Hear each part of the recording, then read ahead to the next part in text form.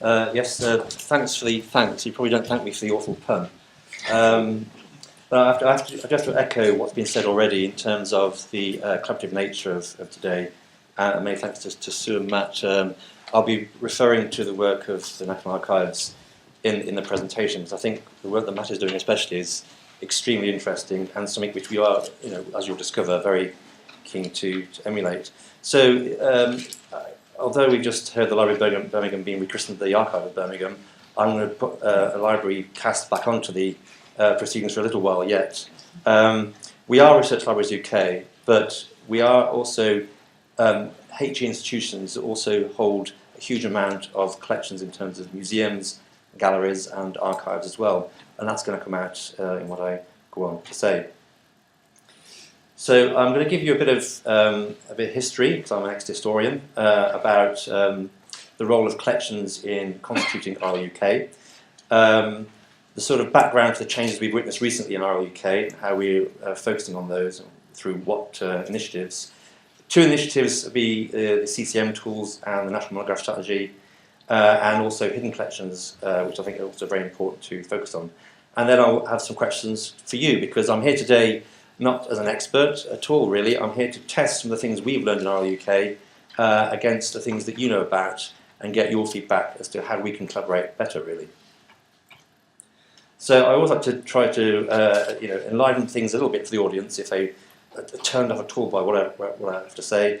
So here's my mystery bibliophile sort of spot. See if you can guess who the person is, and I'll give you the answer at the end of the proceedings. So, Special Collections RLUK. Well, in the beginning there were 7. We're now 33 members, all told, across HE, including also the 3 national libraries, the Wellcome Trust and the V&A Library. And the major criterion for RLUK membership was the strength and depth of any one institution's collections. And it was a case, in a sense, of people, to put it in the common parlance, duking it out with each other to say who's got the better collection. And bigger was better, and each library was very much taken in isolation. We were actively behind COPAC, and we seeded the Archives Hub, so we're very much interested from the get-go, really, in bringing collections together for access to researchers, so create greater awareness for researchers of collections in the UK. But in recent years, over the past 3 years of our strategic plan, we've had a particular strand called Uniqueness Collections, which has demonstrated to us, if we hadn't known it already, that the famed long tail of information and collections actually probably lies as much beyond RLUK as it does within our institutions. So Oliver's already mentioned the passing of the MLA, and that's part of the background to our interest, I suppose, in special collections, our renewed interest in special collections. We've seen HE funding itself change radically in terms of student bursaries and core funding going in arts and humanities subjects. We've seen, with the advent of something called the UK Research Reserve, desire to rationalise low-use journal collections, because space has been in such a demand for student use. We've seen the rise of the electronic and digital, of course, and that's been going for 10 years or more. But it means that often what people purchase in terms of those resources are going to be very, if you like, bland. What's the offer to researchers and students if you're buying the same stuff and providing the same stuff? So we need to stand out as institutions still. I think, as Sue has mentioned, there is increased focus on special collections in terms of the return on investment, and people asking questions about why do we maintain these probably quite expensive tranches of information if they're used relatively by people from beyond the institution. What does that bring us? We're also focusing on, or have focused on, the question of 20th century print collections. Special collections in the print world up until about 1850 are well curated. From 70s or 80s, you're going to be looking at stuff that is ISBN, and then later it will be available in digital form, potentially. There's that swathe of decades in the middle there, where you have especially things to do with acid paper, which may effectively decimate collections in 10, 20, 30 years' time if things aren't done. As I mentioned before, the long tail exists out there. but Google can't make things known that it can't index. So how do we surface that information for researchers? And finally, which I think is very important, we can do a lot to make things more discoverable, but can we make them have more integrity? Collections may be known about, but if they're not used, will they be maintained?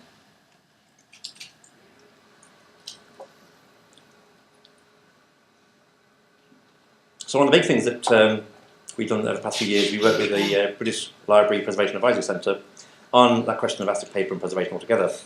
And that sort of came out of work we were doing with Leeds, introduced us to, as a member, on a question of what is special, really, in terms of one's print collections.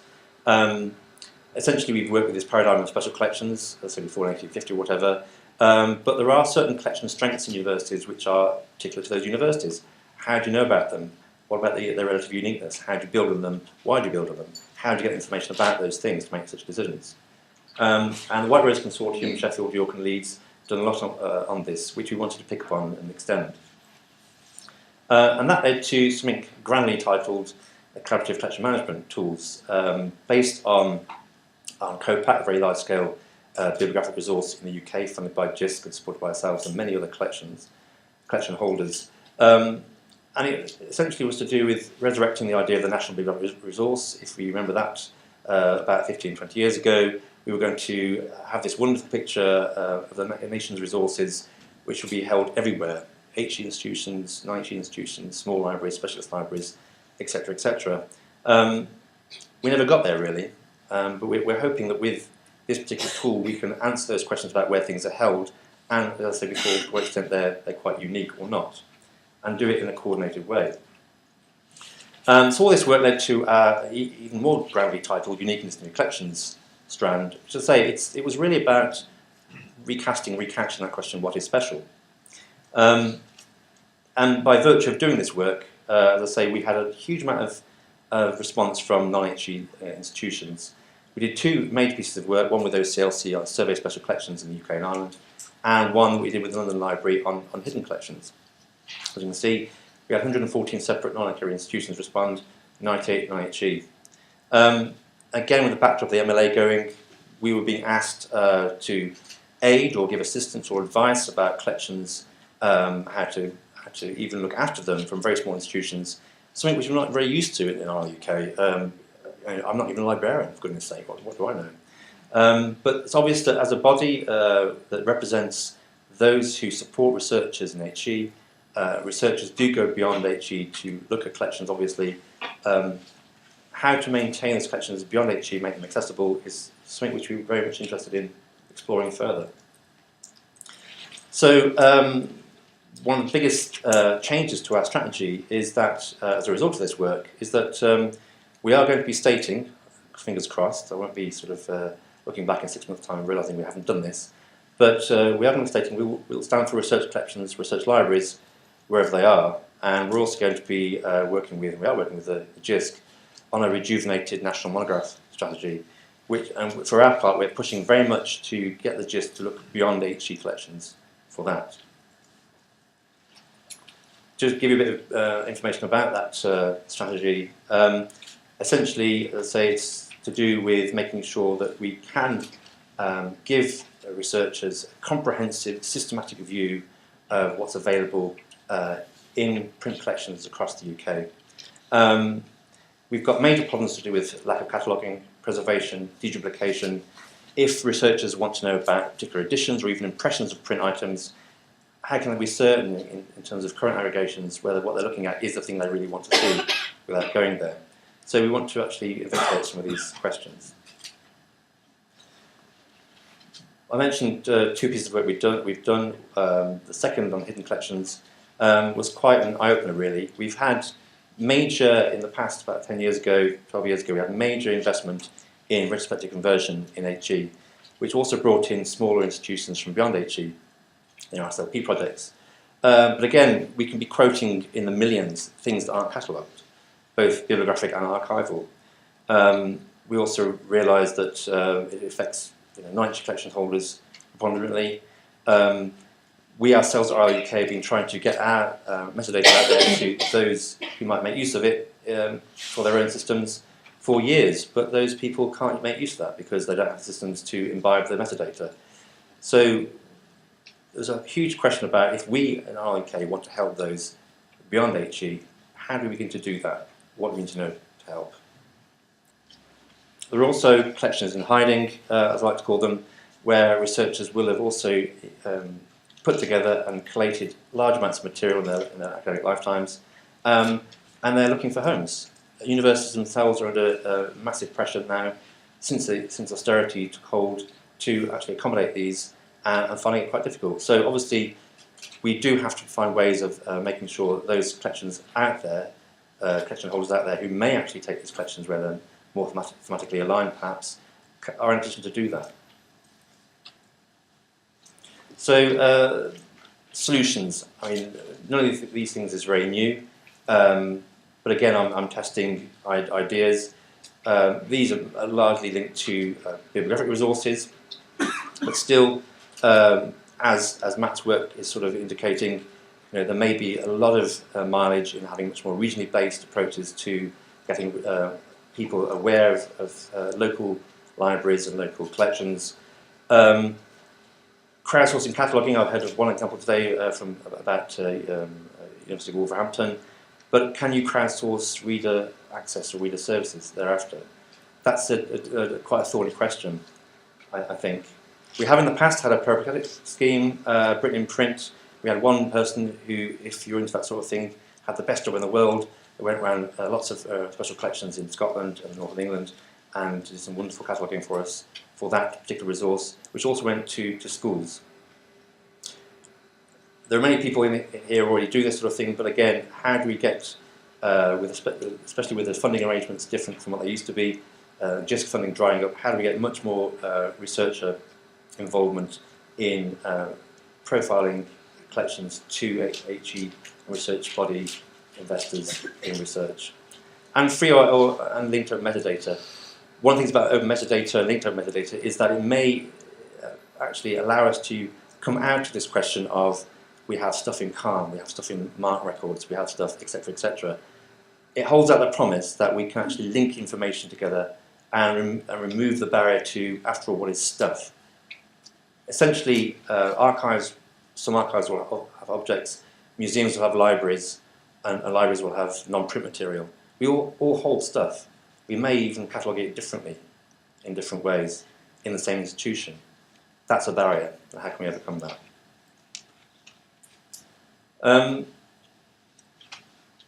won't tell you who said this, maybe the reason why the collection is hidden, but they're a fairly senior person in a fairly senior sort of library, and I blinked a few times, I have to say, when I was given this sentence. But it means that we can't just simply say, as people sometimes do, these things are worth keeping, they are treasures, and de facto have an intrinsic worth. That may well be the case, but there are many other things, as we all know, we have to do to make the case for them. And so there's lots of things we can do around thinking in terms of, as Oliver was saying, working with businesses and other institutions. Again, example from University of Wolverhampton, working with the Express and Style. It's a very good example whereby we can collaborate with people beyond the normal and regular suspects to make sure collections are having integrity and access. So just to summarise, really, we've gone as an institution, a set of institutions where we've seen our own collections in isolation. We've gone from seeing special collections as static and hived off to ones which can be mined more assiduously for information about where they're held across the piece within libraries, and pin that information to emerging academic disciplines, projecting perhaps new strengths to encourage more investment, different investment to come into the university. And absolutely, we know that, as I said before, collections beyond IHE and beyond ROK are entirely meaningful as a context for those very collections themselves. I think the biggest problem for me, standing from where I am, is the fact that many people that I've approached or have approached me simply lack the resources in terms of staff and infrastructure to do the things they really want to do with their collections. And that's something I'd like to learn more about today. What can we do really to help such people along? It sounds perhaps condescending, but if we can help in any way by advocacy and so forth, we very much want to hear from you. And one of the chief tensions, I think, which I'd like to explore with people today, I'd be keen to hear people's views on this, is that, especially in HE, I've heard it said that if we're faced with people who come to us and ask about our collections, and we show them collections elsewhere, then it looks as though we can't do our jobs. We're not doing our jobs. We don't hold those collections for those who are paying us money. And there's a sort of a tension there between, I suppose, in the print or analog world, where people are expecting their institutions to hold things, but still may actually use into library learn. But as we move into the digital age, evidence from a survey we did of 45,000 academics in the UK with JISC shows that relatively people, when it comes to digital, if their institutions don't have access to it, they give up. So how do we overcome this question of getting people to understand themselves as institutions that hold collections to ones that facilitate access to collections wherever they may be? So the hashtag for today, Open Collections UK, I made it up earlier.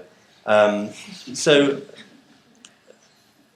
some of these things came out of the surveys we did with OCLC and the Hidden Collections one, especially around today of interest, I think, is unified archival metrics, a self-edited register of uncatalogued collections of all types, so you don't have to face any more surveys about this stuff because it's a pain, I know. UK Healthy Trust, meaning we don't have a curation platform in the UK for digital objects really, and much more sharing of so-called ancillary skills about promotion and bid writing regarding collections.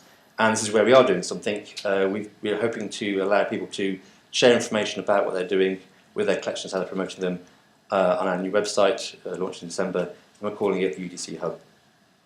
And there's some leaflets out there if you want to have a look. So those are the questions for you, and I'll be pleased to have your answers today. I'm more than happy to be enlightened and to be corrected. I think I've said today, because if we want to act, we have to do it assiduously and intelligently, and we can do that with your help, really.